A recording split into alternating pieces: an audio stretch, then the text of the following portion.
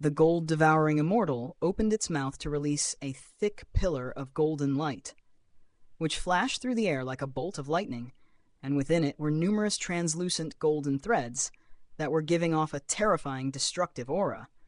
In the next instant, a resounding boom rang out as the pillar of golden light split apart into around a dozen smaller beams of light, each of which shot forth toward one of the azure Luan bird projections. These beams of light were extremely fast, while the azure Luan bird projections had been slowed down significantly, so the former was able to catch up to the latter in an instant. A string of thunderous explosions rang out as the beams of golden light were detonated in unison, transforming into radiant golden suns that released devastating auras of destruction, creating countless spatial rifts in the surrounding area. All of the azure Luan bird projections were instantly destroyed amid the explosions of golden light, with the exception of a single one. This was the true azure Luan bird, and its feathers were in a state of complete disarray, while the wound stretching from its chest to its lower abdomen had been split open and was once again bleeding profusely. Jintong was standing on the azure Luan bird's back, and she was also riddled with injuries, with countless thin cracks lining her entire exoskeleton. As for Xiaobai and Daoist Xie, they were nowhere to be seen, but numerous white and golden fragments could be seen littered throughout the nearby space. The azure Luan bird threw up a mouthful of blood, but the defiance in its eyes didn't waver as it summoned its mantra, Treasured Axis, once again.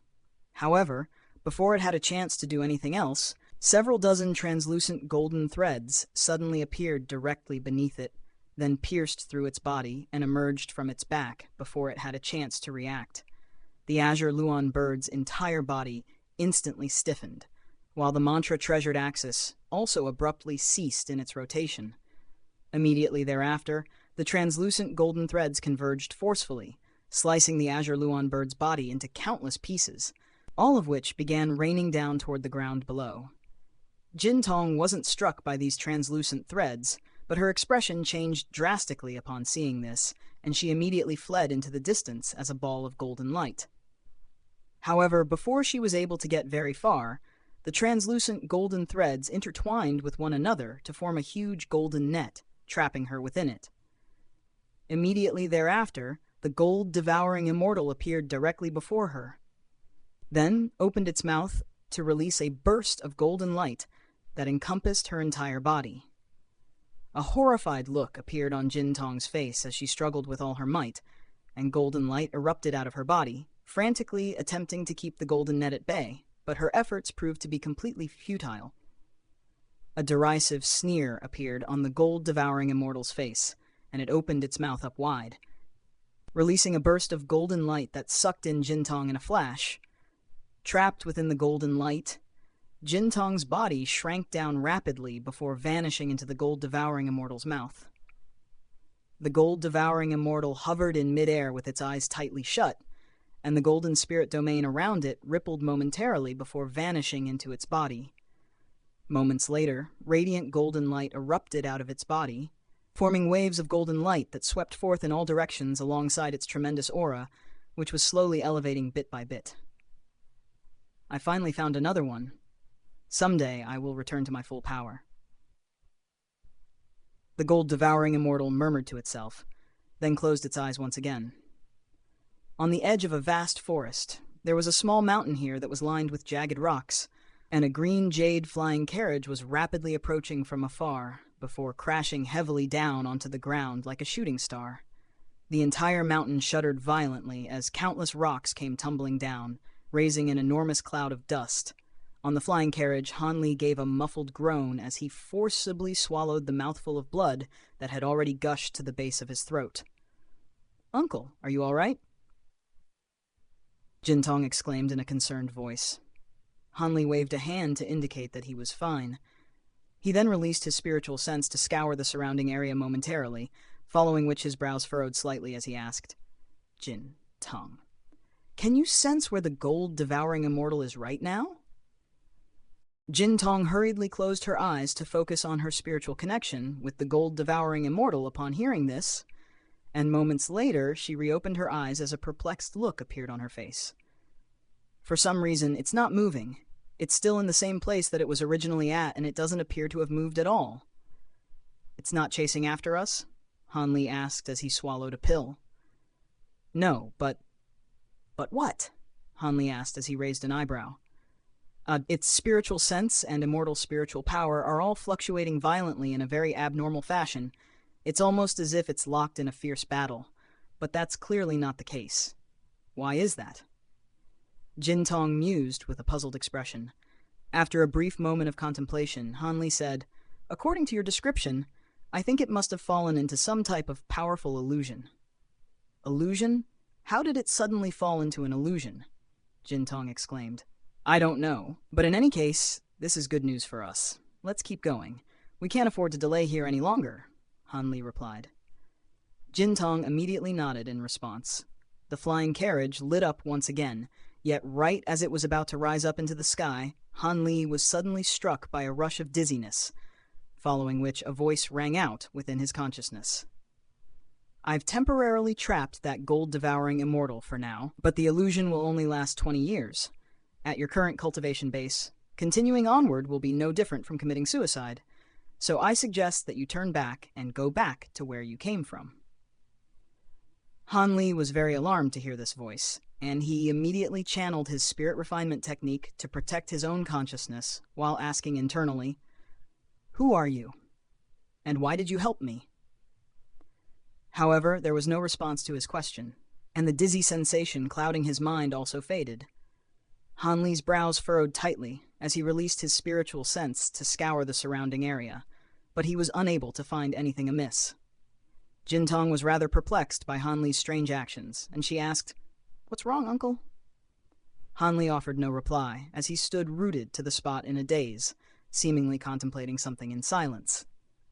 Moments later, he heaved a faint sigh and shook his head, and the flying carriage sped away into the distance at his behest. There was an enormous peach blossom forest countless kilometers away. Under an enormous ancient peach blossom tree in the forest was a massive bed chariot, reclined on top of which was a huge white fox. The fox had a shock of golden fur on its glabella, resembling a heavenly eye. Its eyes were slightly narrowed, making it appear as if it were half asleep, and its entire body was enshrouded in a faint glow, making it appear as if it were a fox deity. Not far away from the giant white fox was a gorgeous young girl in a short white dress.